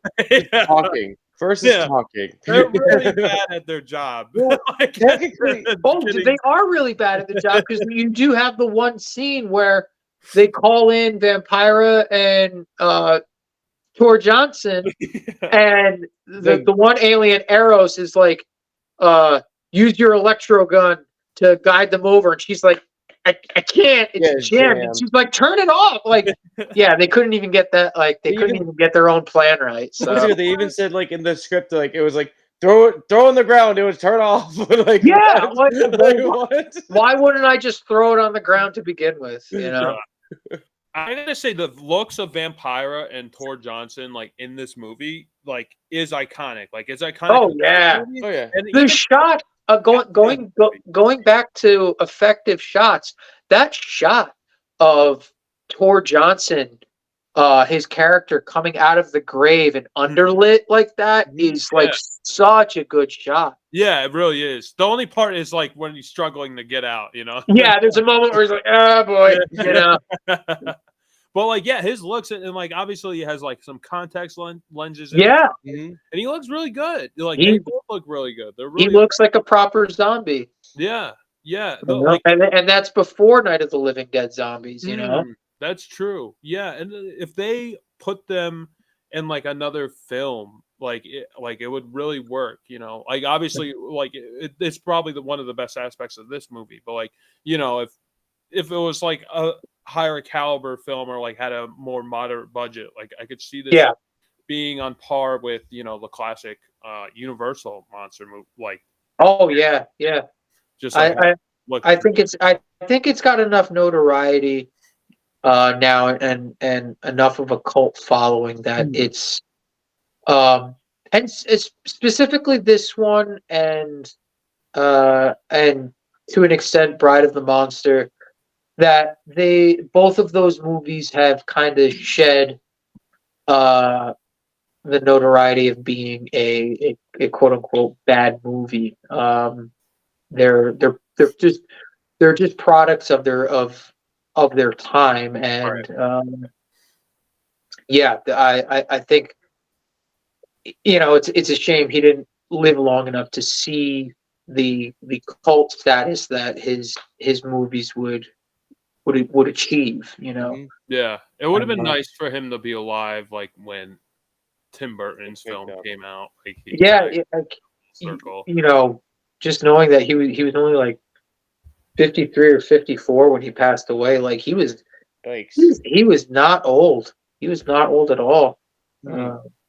It's a shame. It's a real shame. When did he pass, in the 80s or was it the 70s? 1978, December 10th. Oh wow. Okay. Yeah. He almost made it to the 80s. Almost 2 years away. I wonder. It was funny. He was born on October 10th. He was born and died on a 10th. Really? Okay. Yeah. That's kind of morbid. Yeah. Yeah. Huh. I wanted to ask, is this movie in the public domain? Because I found it on YouTube. That's how I watched it. I don't know. I think it is. Yeah. I think a few of his films are public domain. Okay. I think it has to do with like the rights being sold for $1. Like, yeah, it's got something to do with that too. Like a lot of movies from that era are public domain. Like I'm pretty sure Night of the Living Dead is still technically public domain. Is it? Yeah. I know if it's not, I know it was for a while. Like you could find it on like a lot of compilations of things. I gotcha. You know, you'll see like different watermarks in the corners of it. I see. Yeah, I haven't had the chance to see his other films. You know, like I know parts of it. I don't know what I'm like. You know, seeing the Tim Burton film, like what film has the octopus in it? I'm not sure. That's Bride of the Monster. So yeah, Ed Wood, the Tim Burton film goes through the process of making Glen or Glenda, Bride of the Monster, and ultimately Plan 9 from Outer Space. Okay. He only produced only like a handful of movies that major studios. There was Glen or Glenda. I'm looking at my notes. I'm sorry. Jailbait, Bride of the Monster, The Violent Years, Plan 9, Final Curtain, Night of the Ghouls, and The Sinister Urge. So, like, what was it, 7 or 8? Yeah. But then, like, he's got a lot of, like, not counting his kind of sleazy porno films. He's got a lot of unreleased projects that he wrote scripts for, but just like never got around to making them. I wonder if Yeah, find those. there's like 12 of them. Wow. Okay. Yeah. Can you find those? Like, are those like online or like they hidden in a vault? Like, he does have like a few lost films because unfortunately, and a lot of lost scripts. Unfortunately, as his alcoholism got worse, he got evicted a lot from a lot of apartments and stuff like that, and his final place, a lot of stuff was just thrown into dumpsters and just destroyed. Yeah. Rough. Really rough. But I don't know about the unreleased projects. Like I would like to do a deeper dive and see like what actually, like, I'm assuming that the information of these lost these unreleased stuff is stuff that was saved and not thrown away. So like it's all the stuff that survived. But yeah, like he had plans to do like Bela Lugosi themed comic books Oh, that would be in the 50s at some point. Yeah. There was like a radio program he wanted to do. Yeah. Yeah, he wanted to do a comedy horror with Boris Karloff called Attack of the Giant Salami. okay. What? Yeah, Would Boris Karloff be the salami? I have no idea, but he was an idea machine, man. Like, granted, yeah, not every idea was the best idea, but if it popped into his head, it was clearly enough that he wrote it down so he could remember it at some point and make a story out of it, you know. And not for nothing, that's a pretty cool talent to have, to either come up with or be given a small crumb of an idea and really expand upon it and create like a whole story. Like that's a tough thing to do, Yeah, he sounds like a good ideas man. Yeah. I wanted to read this comment from our co-host Jerry. He said, "Plan 1 was definitely abduction and simulate into our culture." I guess that would make sense. It could have been. I mean, they do look like humans, but I think that's just more because of budget than. Yeah. Oh, yeah. It's funny you say that. In one of the documentaries, I can't remember if it was The Haunted World of Ed Wood or A Look Back in Angora. It was one of those two. It was one of those two documentaries. I've seen the second one that you mentioned. Yeah. A Look Back in Angora. Yeah. So I think it may have been. The Haunted World of Ed Wood. They do an interview with one of the set and costume designers of Plan 9, and he was hired based upon like his drawings and things like that, and he actually draws what the original aliens were supposed to look like had they an actual budget. And it's the most ridiculous goddamn thing you've ever seen. Like they're vaguely humanoid. It would have required like quite a bit of makeup. Like their mouth was like an eyeball. and Okay. they had like weird ears and like multiple Okay. eyes and stuff like that. That's Yeah, it was way different than what the final product was. Like even their costumes were supposed to be different. Like I don't know if you noticed, but like the ruler alien is clearly wearing like a medieval knight's costume. Yes, he is. Yes, he is. I give the other two guys like, oh, it's the 50s. They got like a lightning bolt. Yeah, whatever. Like that is clearly a dude wearing like a costume from like a King Arthur movie that they just found on set.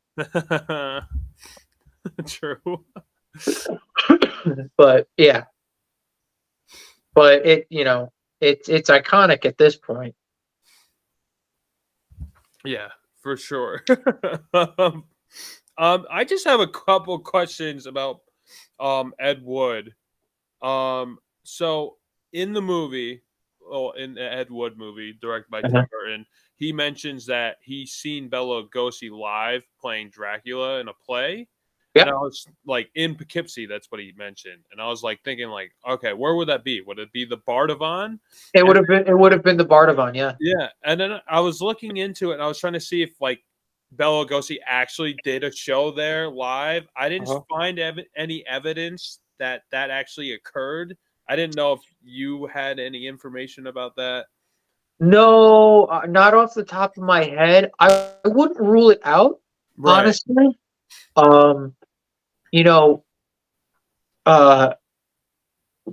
Poughkeepsie gets clowned on a little bit for its name and everything like that, but it's kind of like a key spot between New York City and like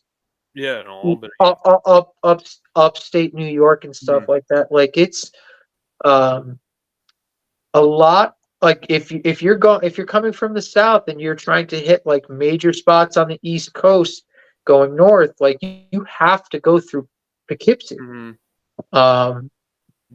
So I really wouldn't be surprised if at some point that production had come through. Now, obviously, that movie kind of over embellishes certain things and kind of bends the truth a little bit for the sake of the movie.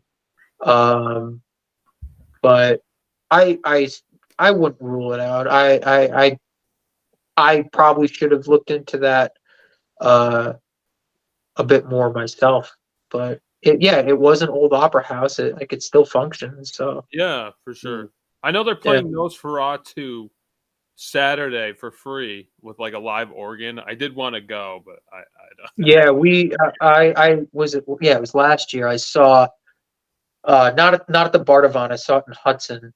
I saw the Cabinet of Dr. Caligari played with like a small 2-person orchestra. It was really cool. It was, what's that? What's the venue in Hudson? Oh God, I'm so bad with names of theaters. I'm blanking on it right now. Okay. I'd yell for my wife, but I don't feel like having no yelling across the house. I'm like, well, I'm in Catskill, so like I'm like still trying to figure out the area. So like, I gotta check out. It's by you then. If you're okay, so I know it's on like a main drag of like. It is so bad. There's a Kerwin's game store on the same street. Okay. If you know where that Kerwin's game store is, you're on the same street as, all right. I think I vaguely know where that is. Okay. Yeah. I have an idea. It's that theater. Gotcha. That's good to know. Okay. Yeah. I had one other question about Ed Wood. I read, I think it was a wiki article, so that's why I don't know how credible this is, that the Hindenburg, the Hindenburg crash somewhere in New Jersey. Yes. I guess it flew over Poughkeepsie. I believe it would have. He took like a video of it. Yeah, on like okay, so you know what I'm talking about. Okay. Yeah. I've read about that too. Yeah. Yeah. Apparently he filmed it like by the Poughkeepsie, the Mid Hudson Bridge there. Yeah, I don't that's know- where it would have passed over Yeah.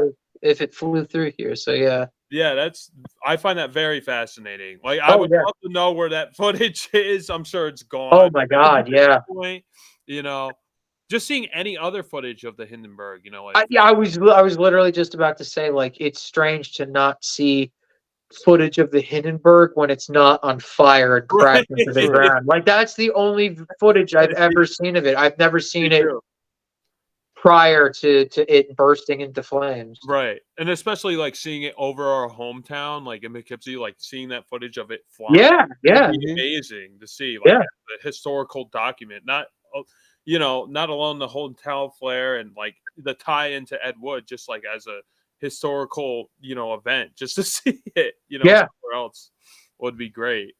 Yeah, and I know it's going Going down. Man down. No. Okay, there we go. Sorry about that. Yeah, all good. Scared the shit out of my dog. Oops. Kind of going on to the topic of like old historical things. In the Haunted World of Ed Wood documentary, they show the street with the Bardavon from like the early to mid 30s.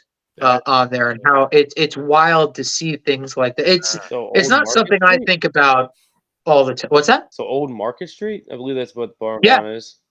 Yeah. Just how much it's changed from then to now. Like the Bardavon's still there, but like it's not something you think about in your everyday life, like what things used to be like.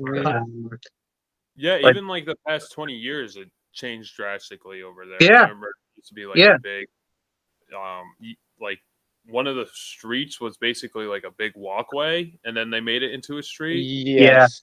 Yeah. It was like Main Street. I'm not exactly. There was a segment in Main Street. For some reason, they decided to cut off Main Street and make it a market. It was weird. You walk back and it forth. Was weird. It was weird. Talked about it.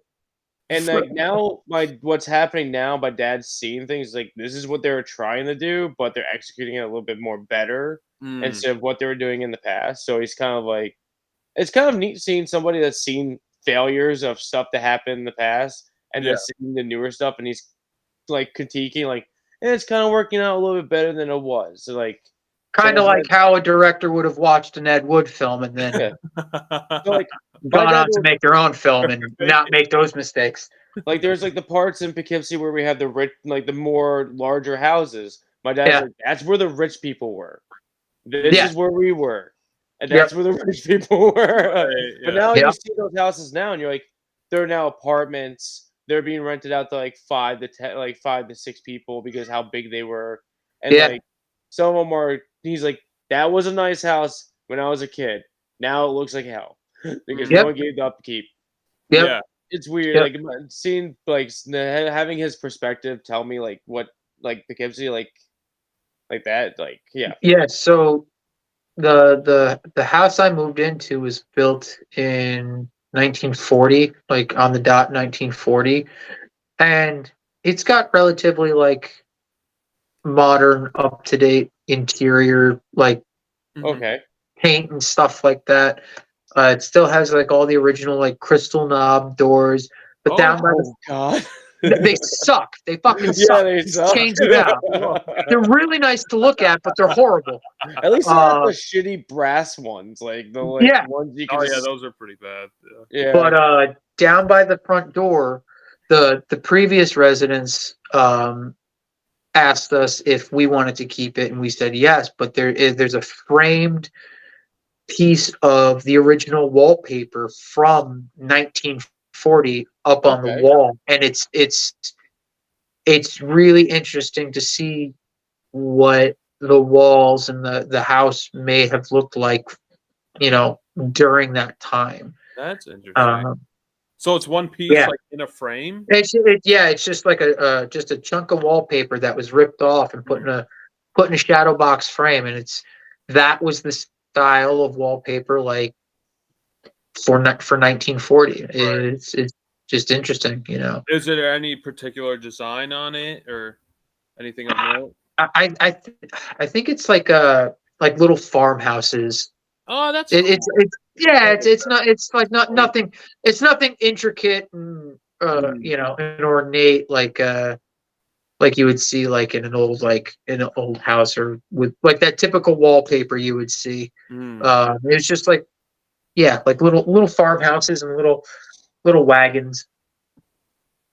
Because I'm in a fairly rural area with lots of woods and stuff like that, so Great. makes sense. I just noticed your shirt, Vampires. Oh yeah, man. That's amazing. Yeah, That's awesome. yeah. Yeah, I don't have any Ed Wood shirts or anything. There should be like an Ed Wood store in Poughkeepsie, or like a statue, like you mentioned. That would be cool. So there is a guy. I'm blanking on his name. I'm sure he's on my poorly highlighted notes. He actually has a registered religion devoted to Ed Wood. What? There's about like 3,500 members. Okay. They're all referred to as Woodites, What? and they celebrate Woodsmiths on October 10th. Okay. Oh, so his Yeah. birthday. But Or the day, I believe it. No, October. Yeah, his birthday. He died in December, but yeah, his birthday. So they are a religion devoted to Ed Wood. are they like in Poughkeepsie, or where are they? I know. I no. I don't know. They're not in Poughkeepsie. Okay. I wouldn't be shocked if there were some. I mean, oddly enough, Poughkeepsie is also home to the headquarters of the Church of Satan. Yeah. Go Let's not figure. talk about that. Yeah.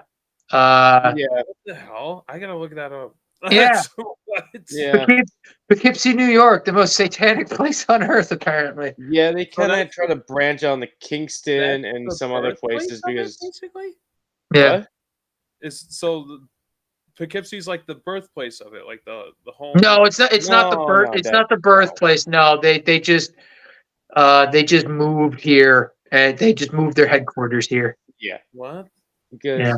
what's it called? I think one of their churches was getting set up right one by Nick's old apartment, like when he was in Kingston. It was literally the church across from him was a satanic church. Is Yeah. it still is active right now? Like No, it ended up getting closed down and it became a thrift store or something like that.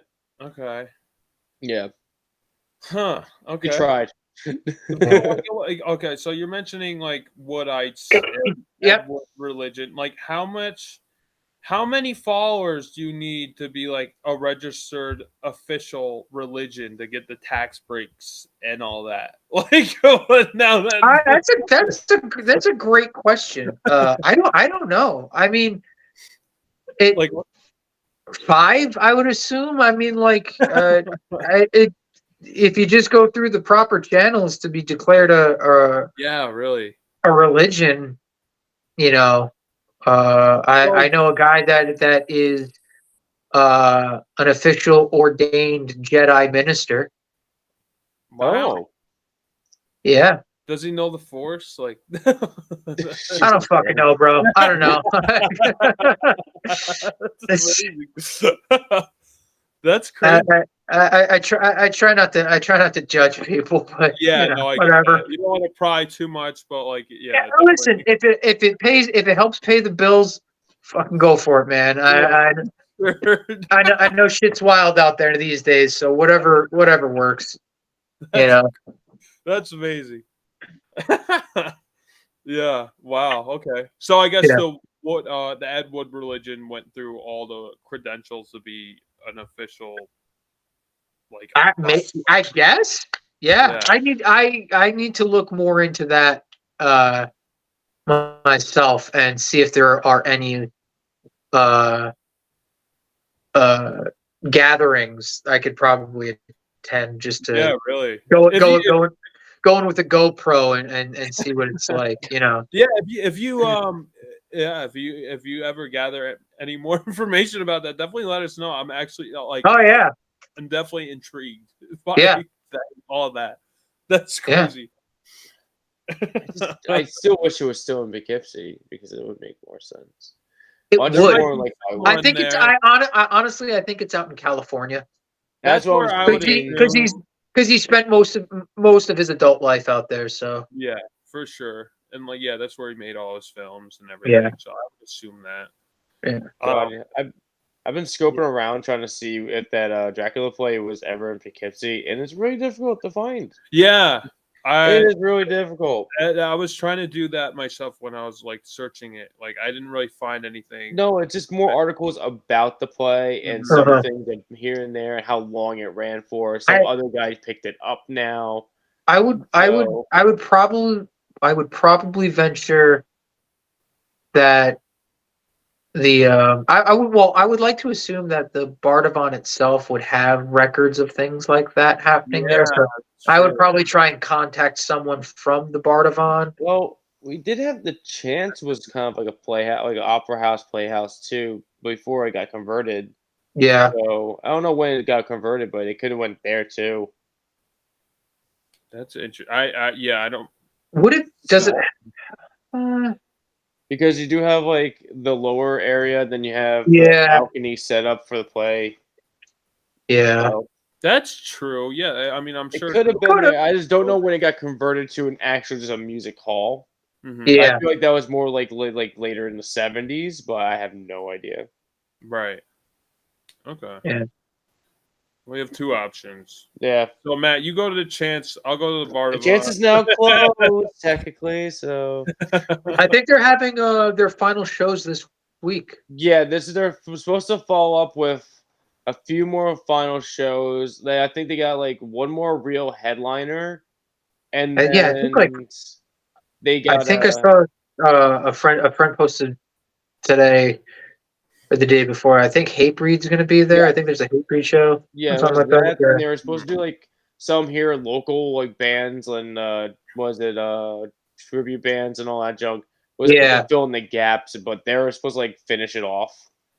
And I think they had like one random thing in November, but I don't. But yeah, it's weird. No one knows what they're doing with the Chance. So Chance, Oh, no one knows what they're doing. So Chance could be no longer there, or it could be resurrected as a new music hall. Yeah, I hope they do something with it. I'm sure something will happen. they would be dumb not to call it the Second Chance. Right. Yeah, that'd be awesome. That'd be a great name. Oh my god. That'd be perfect. Not gonna lie, that's every band, like local band, just goes there trying to get a chance to try Right. to hit big. So Oh, yeah. it makes sense. Yeah, that'd be cool. Just Second Chance. So, do you guys have final thoughts on Plan 9 from Outer Space? Yeah, I mean, I love it. It's a quintessential product of the 1950s. It's in terms of sci-fi and movie making. It's it didn't have the greatest budget or script, but what it lacks in technical and financial backing, it makes up for in heart. And I think it's like I said before, I think it's a good example of what a person with a good idea or just an idea that they believe in and the will to get it done can get something done. Mm-hmm. Yeah. No, I definitely agree. Like I think I admire it more than I like it, you know. Yeah. I definitely like honestly I wish I had you guys while I was watching it. Like I wish we all watched it together because this is a movie that's good like to see in a group, you know. And I Yeah. wouldn't recommend Oh yeah. watching it alone, you know, which is kind of what I did. You know, I was watching it by myself. There's times like my brother was coming in and out, but mostly I watched it like solo. And like this is a movie like it's nice, it's fun to poke fun at it, but at the same time, like it has its moments where like, all right, yeah, no, I could see that working if they like, tied the knots a little bit more, Yeah. they double knotted it, like it actually would work. I would probably give this movie, I would probably give it a 6 out of 10, maybe on a second watch, I might give it a higher rating, but like I give it a soft recommendation. I'd say definitely watch it with a group for Yeah. sure. True. Yeah. I'm in the same boat. Thing is, like, I do like we heard like the rumors is like the worst movie ever. I was watching it, I was actually enjoying it, but it's Yeah. just how he filmed it and everything. It's just so colluded with a lot of things, but like how he wrote it too. But I liked a lot of the what's it called? So like once we got to like the ending part with the alien stuff when the writing was there, I thought that was kind of neat and how he was going at it. And I was like, that's a different take, including a lot of people weren't probably. There's some people out there were thinking it, but not a lot of people are pointing fingers and 100% out there in Yeah. their movies with it. So I was like, oh, It- okay. It's definitely one of those films it starts off relatively slow, but it does pick up a little bit in terms of action and suspense near the end, for sure. Yeah. And I'm not gonna lie, including the Ed Wood movie actually is strong, like tied to a little bit, and, like noticing scenes from that, like how they did it to what they did was kind of Yeah, nice seeing it. it does kind of force you to um watching the Tim Burton film does kind of put a pair of rose-colored glasses on when you Yes. when you watch it, because you start to pick up like, oh, I remember that scene from that movie, and that's where so and so says that. Like, it forces you to kind of ignore the technical difficulties that they went through, and vice versa. Like, even though the Tim Burton movie is certainly embellished quite a bit, like watching Plan 9 first and then watching the Tim Burton film kind of makes you realize, like, oh wow, filmmaking is hard. Like this isn't as easy as I thought it would be, which then can help you understand that, like, it helps you understand and put things into focus of like maybe why certain scenes were so disjointed and stuff like that. Like they had to halt production a few times because they ran out of money. Yep. They one of their stars died halfway through production. Like it like there were so many hurdles put in front of them, which probably a normal, saner person would have gotten the hint and been like, yeah, I think that's a wrap. Like, we're not making this movie anymore. Like it, but he was like, no, that's fine. Our star's dead. We'll just put somebody else in a cape. We'll film around it. Mm-hmm. It's like, no, we're gonna get this movie done one way or another, money or no money. We'll forever somewhat of an optimist. It's like, no, we're gonna find the money to film this. It's just gonna take a little bit longer than we thought. Definitely very commendable in that. Yeah. Yes. I'll give this like Josh said, a nice 6. And we got Jerry down here that he said he would give it a 7. Is a fun watch and a great example of how to make a low budget film. Yeah. And can later be reviewed as a nice piece of some cinema. Yeah. Yeah, that's cool. I just wanted to add 2 things before we close out. So I want to say the pilot, like, of the aircraft, I think he was probably the best actor in the movie. Like, when he was like explaining his viewpoint to his wife on, like, I saw a UFO and, like, I don't know, like, kind of like handle it. He went on to have Good career. a fairly decent career, I believe. Yeah, a few of the people. Yeah, Gregory Walcott, Jeff Trent. Yeah, a few of those people went on to have decent careers in and out of the film industry. You know. Oh yeah, I'm looking at it. Yeah, he does seem like he was at least a working actor. Oh look, Yeah.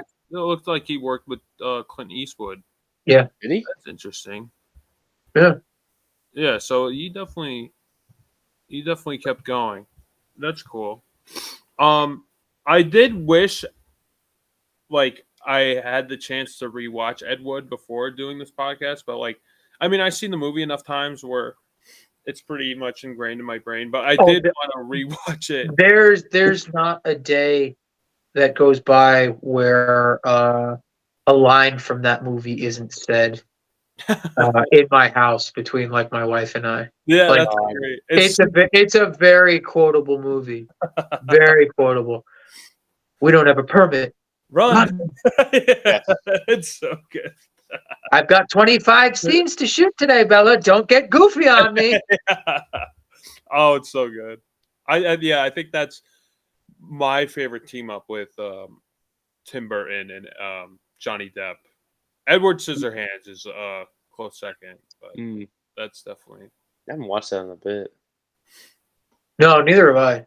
Come to think of it, I actually the last recently I watched Sleepy Hollow and Beetlejuice. Okay. Yeah. Just very recently. Beetlejuice, I got a bone to pick with Beetlejuice. Not anything against the movie itself. The movie itself is excellent. I went to go watch it, and I couldn't find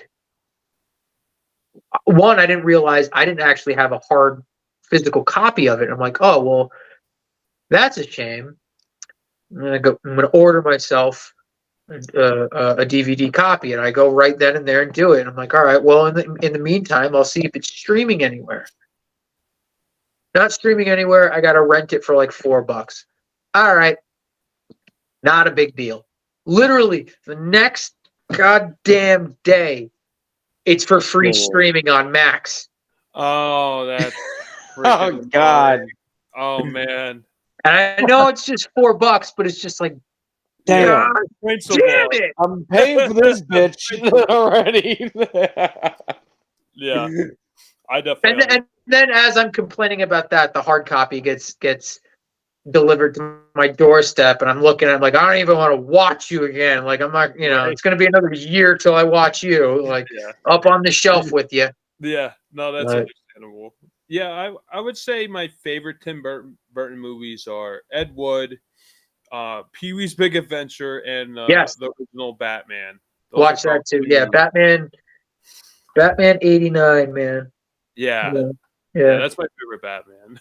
Yeah, I think it's a lot of people's favorite Batman. Yeah, I'm Batman. One reason or another. So, Matt, you got any final thoughts or anything? No, that's it. Steven, did you give your rating, by the way? I did not give a numerical rating. No, I did not. That's. I know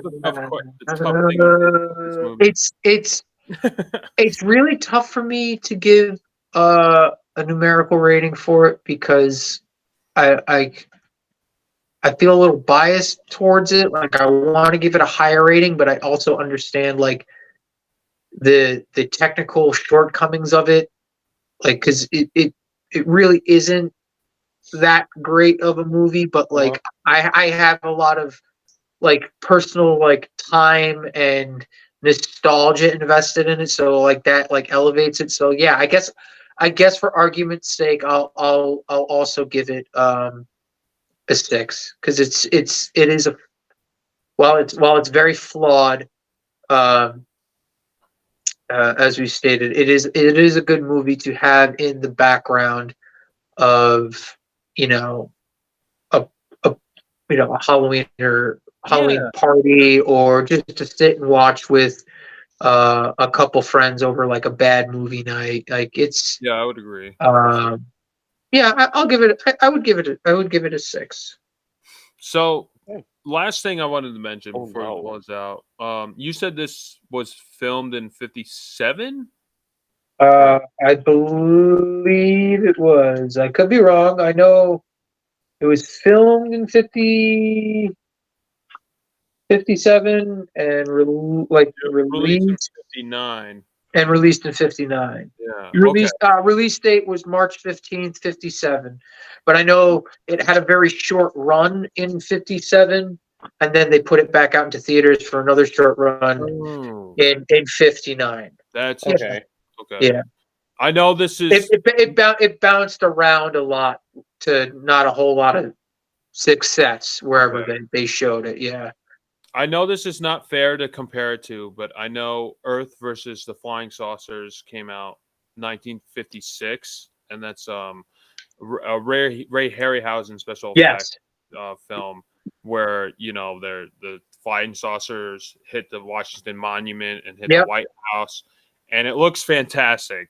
And like to compare those effects to Plan 9 is a Okay. big difference. Well, But it is it's- Ray it's- Harryhausen. So It's very funny you say that because it's like if you showed someone Earth versus the Flying Saucers right now, someone that isn't into movies or sci-fi or anything like that, they would see those effects and they'd be like, "Wow, that is not good."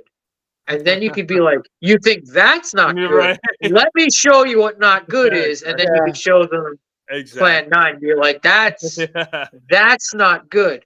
But to both of those films' credit, again, Earth versus the Flying Saucers, that's what you get when you have money. Yeah, a budget. Mhm. Like that. Yeah, exactly. Even though that was technically, even for the time, a B movie, that was a B movie with a budget.